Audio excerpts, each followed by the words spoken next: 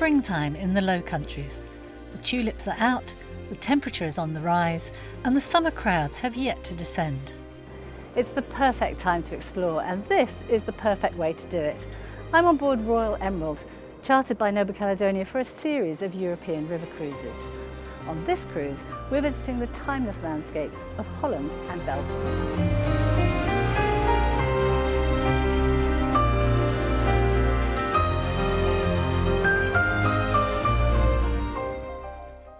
The Royal Emerald is a stylish modern ship, and the cabins reflect the contemporary feel. They're all suites and immaculately maintained by the friendly housekeeping team. I love this feature on this ship. It's so nice to have a cabin with a private balcony, and all the cabins on the top two decks have these private balconies.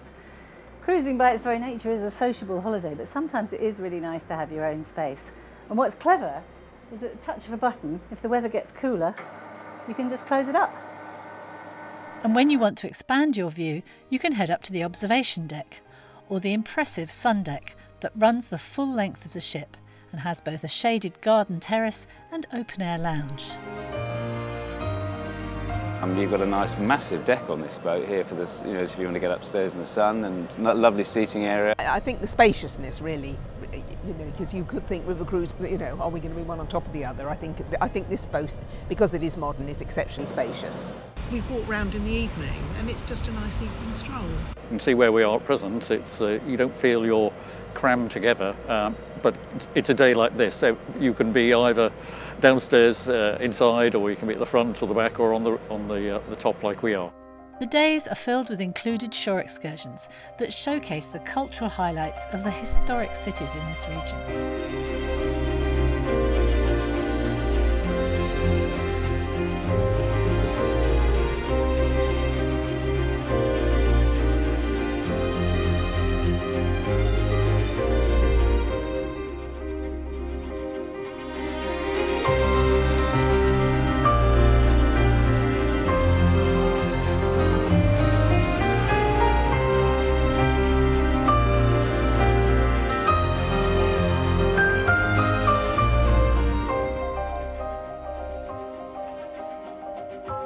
Every time we go out on tour, we have the benefit of a local guide, and they give us so much information. It's very culturally focused, but lots of detail about the art, the history, and the architecture.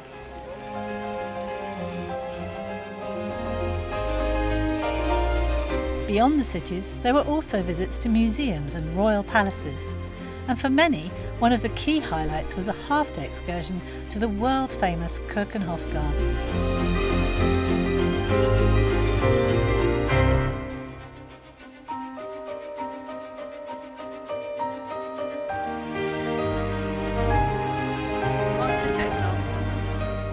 Our guide shared with me how they keep the gardens looking so fresh.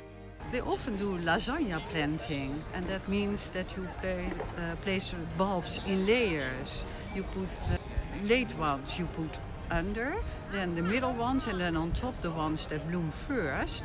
So as soon as they bloom, then you take them out, and the second flower will come up. Fantastic. So the lasagna technique, that's the way to go in our gardens back home.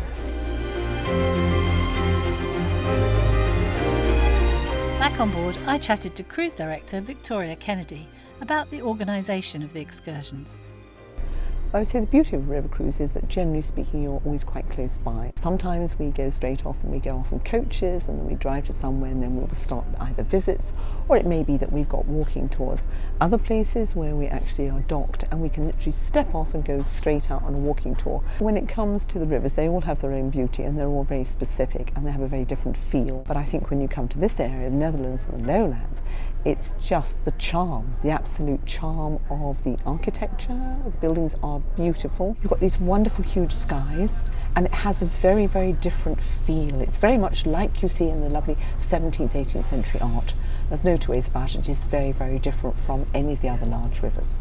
Expanding on the art theme, on this cruise, Dutch art expert Dr. Sophie Oosterwijk gave us a series of lectures on that very topic. By the French term trompe-l'œil.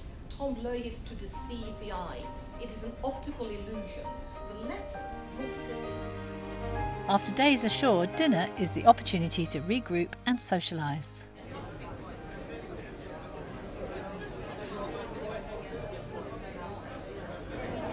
You can pick and choose who you want to sit with at meal times, and Free seating. and you learn about people's histories. Oh, the food is very, very good, and there's so much choice anyway.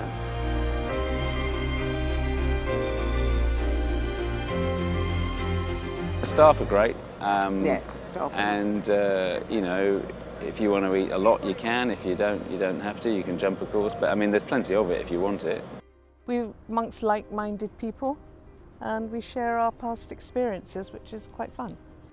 And after dinner, the bar is open till late, with music provided by the onboard pianist.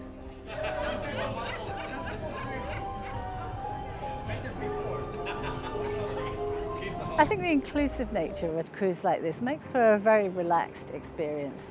Pretty much everything is included, from excursions through to the guides, the entrance fees, even tipping, wine with lunch and dinner.